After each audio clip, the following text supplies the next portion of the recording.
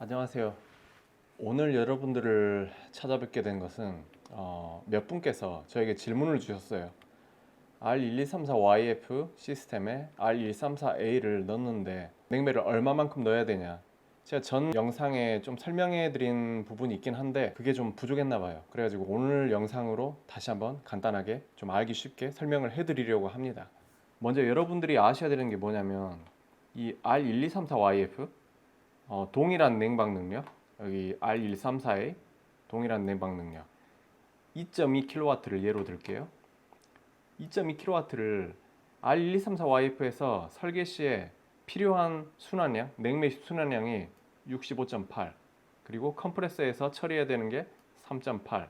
다른 뭐 컨덴서 쪽에서 열교환, 이베퍼레이터 쪽에서 열교환, 이건 좀 무시해 둘게요. 왜냐면 성능이 1234YF가 상대적으로 좀 낮거든요. R1234A에 비해서. 그러니까 얘들은 상대적으로 열 교환 면적이 크게 설계가 됩니다. 뭐 비슷비슷해요. 그리고 팽창 밸브는 원래 여유를 갖고 있는 애기 때문에 얘는 그냥 무시를 할게요. 그러니까 무시, 얘도 무시, 얘도 무시. 결국은 컴프레서만 그냥 좀 생각을 해놓으면 되는데 컴프레서도 한번 볼게요. 똑같은 냉방 능력에서 3.8에 보시면 R1234YF에서 3.8이죠. 그 다음에 R134에서 3.7이에요. 이 말은 뭐냐면 원래 큰 볼륨으로 설계가 되어 있는 애에 그 다음에 R134를 넣었을 경우는 볼륨이 오히려 적어지니까 그냥 그래 별로 큰 신경을 쓸 필요가 없다는 말이에요. 그리고 냉매를 충전할 때 여기 보면 65.8이잖아요. 65.8, R134에서는 51.4예요. 1234YF에 비해서 한 80% 정도죠. 그러니까 여러분들이 넣어야 되는 거는 어떻게 생각하시면 되냐면 R1234YF가 만약에 뭐 1kg를 넣어야 된다고 해요. 그러면 여기서 그냥 800g만 넣으시면 돼요. 근데 여기서 하나 또 생각해 주시면 좋은 게 뭐냐면 여기서 컨덴서에서 응축되었을 때 액체의 밀도를 봐주시면 좋거든요. R1234YF는 대충 1050 정도예요. R134A 한번 가볼게요. 여기는 1160 정도. 그러니까 한 10% 정도 좀 크죠, 밀도가. R134A가 밀도가 크단 말이에요. 액체 밀도가 크단 말은 그러니까 부피가 좀 더 작다는 말이에요. 그러니까 여러분들이 만약에 이렇게 80% 정도로 해가지고 뭐 800g만 넣으면은 실제로 컨덴서에서 팽창 밸브 그 상류 쪽에 액체가 이렇게 쌓이게 되거든요.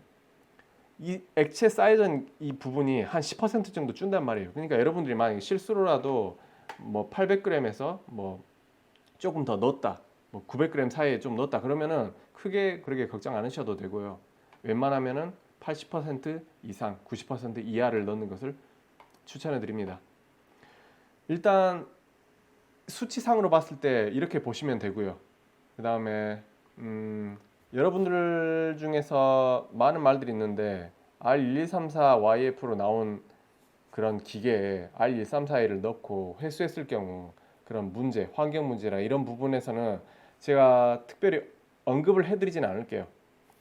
제가 이렇게 해서 쓰세요라고 그냥 옹호하는 쪽도 아니고 이거 쓰시면 안 됩니다 이런 식으로 그냥 뭐 단언하는 쪽도 아니에요. 저는 그냥 있는 사실 그대로 제공만 하는 거고 여러분들이 선택을 하시는 겁니다.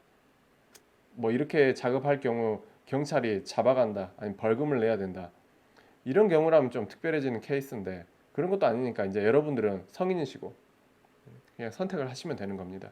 그냥 저는 이걸 이렇게 넣었을 경우는 어떤 리스크가 발생하고 문제가 발생하면은 뭐 최대 어느 정도, 그 다음에 일반적으로 사용했을 때는 이런 부분은 무시가 가능하다, 그런 부분만 그냥 제가 전달하는 거지.